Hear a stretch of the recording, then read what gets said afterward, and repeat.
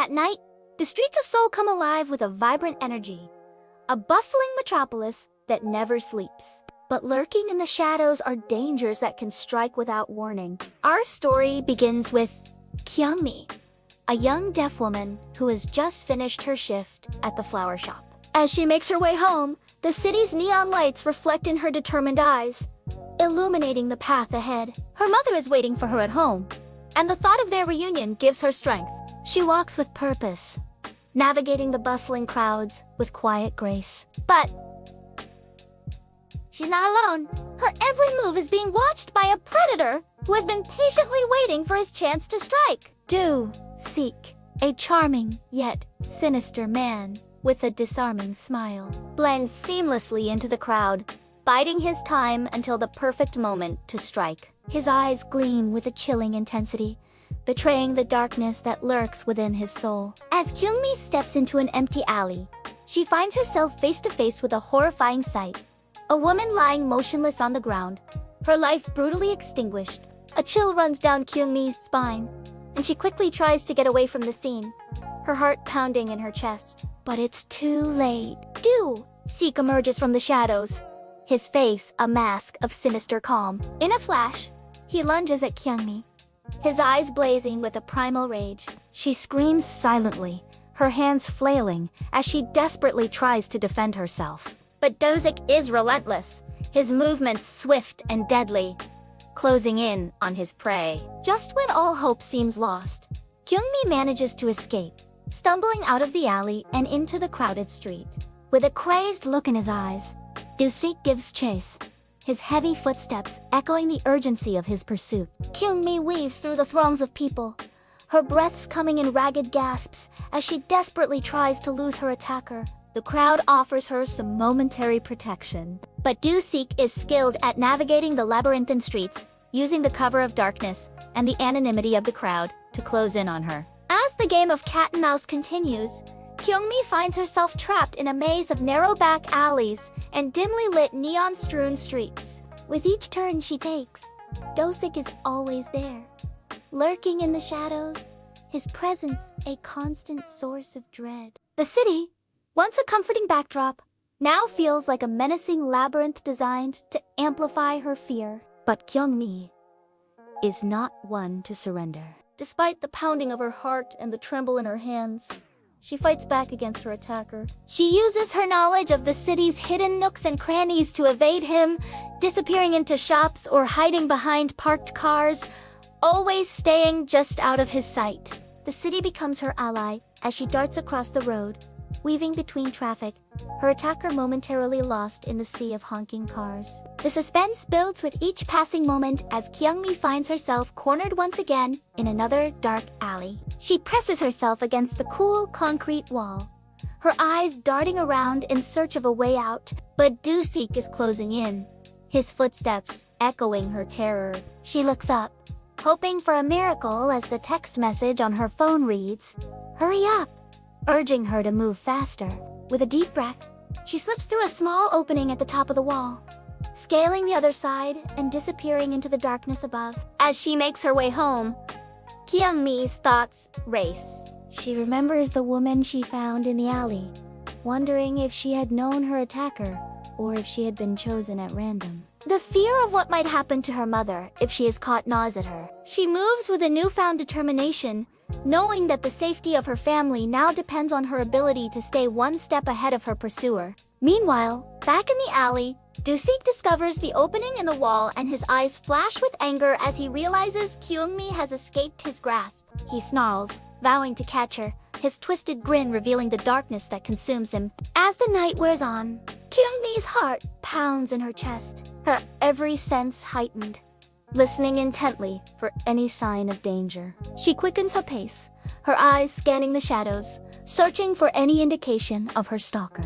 The neon lights of the city seem to mock her fear, their vibrant glow a stark contrast to the darkness that follows her every move.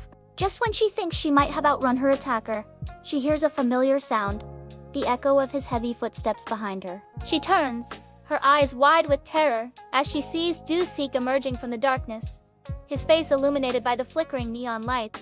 His gaze is fixed on her, unwavering and intense. In that moment, she knows that this game of cat and mouse has reached its final act. Suddenly, a hand clamps over her mouth, stifling her scream. She struggles, her heart racing as she tries to break free from the grip that threatens to overpower her. But it's no use. Her attacker is strong and determined, and she finds herself dragged into a dark corner, away from the comforting glow of the city lights. As the minutes tick by, Kyung-mi's hope begins to dwindle. She fights against her captor, but his strength is overwhelming. Yet she refuses to give up. She kicks and scratches, trying to find purchase against the darkness that threatens to engulf her. Just when all hope seems lost, a gruff voice cuts through the tension. "Let her go!" Startled by the interruption, the attacker hesitates, giving Kyung-mi a chance to break free. She scrambles away, her eyes searching for the voice that offered her a glimmer of hope. Standing before her is Jong-tak, a veteran security guard known for his no-nonsense approach and unwavering determination to protect the peace. His presence is a beacon of strength in the midst of the chaos, and Kyung-mi finds solace in his protective stance. Do-sik, realizing that his moment is slipping away, lunges for Kyung-mi, his eyes blazing with a mix of anger and desperation.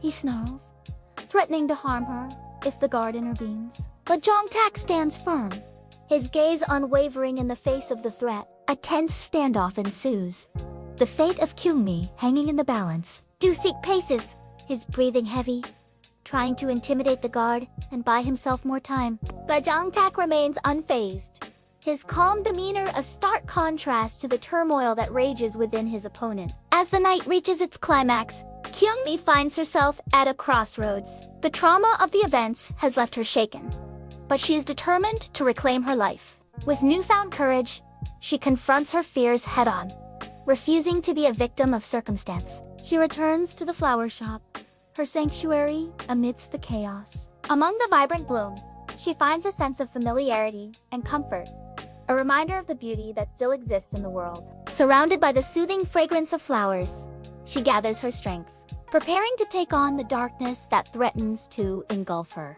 Using her knowledge of the shop and its surroundings, Kyung-mi devises a plan. She leaves a trail of flowers, leading away from the shop, hoping to mislead her pursuer and buy time for her mother's arrival. As Do-sik closes in, he follows the floral trail, unaware of the trap that awaits him. Meanwhile, Kyung-mi's mother arrives home, her heart pounding with worry. She had received cryptic text messages from her daughter, urging her to stay away. But her concern for Kyung-mi's safety drives her to action. Upon arriving home, Kyung-mi's mother receives a chilling message from Do-sik, who taunts her about her daughter's whereabouts. Fueled by a mother's love and determination, she refuses to be intimidated. As Do-sik closes in on Kyung-mi, he discovers the trail of flowers leading away from the shop. Intrigue and frustration war within him as he ponders the reason behind this floral labyrinth. He decides to follow, hoping it will lead him to his quarry. Meanwhile, Kyung-mi, sensing that Do-sik is close, prepares for the final confrontation. She knows that she must use all her cunning and bravery to outsmart him and protect herself and her mother. In the ensuing struggle, Kyung-mi uses the tools at her disposal, employing the very flowers that Do-sik followed to create a diversion. The petals and thorns become her weapons as she defends herself, buying precious time for her mother to escape. Do-sik, enraged and desperate, attacks. But Kyung-mi stands firm. The struggle intensifies, each move a gamble, each breath a testament to her resilience. But Do-sik is relentless, his anger driving him forward.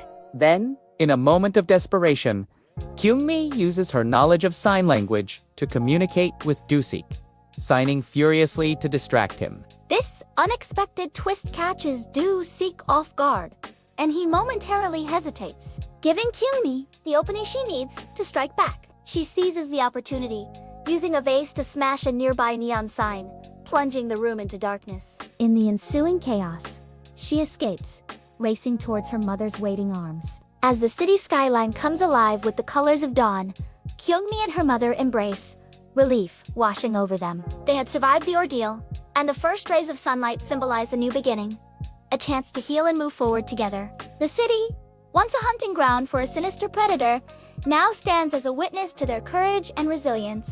As the sun climbs higher in the sky, casting its warm glow over the streets of Seoul, Kyung-mi and her mother walk hand in hand towards the rising sun, leaving the darkness and fear of the night behind them.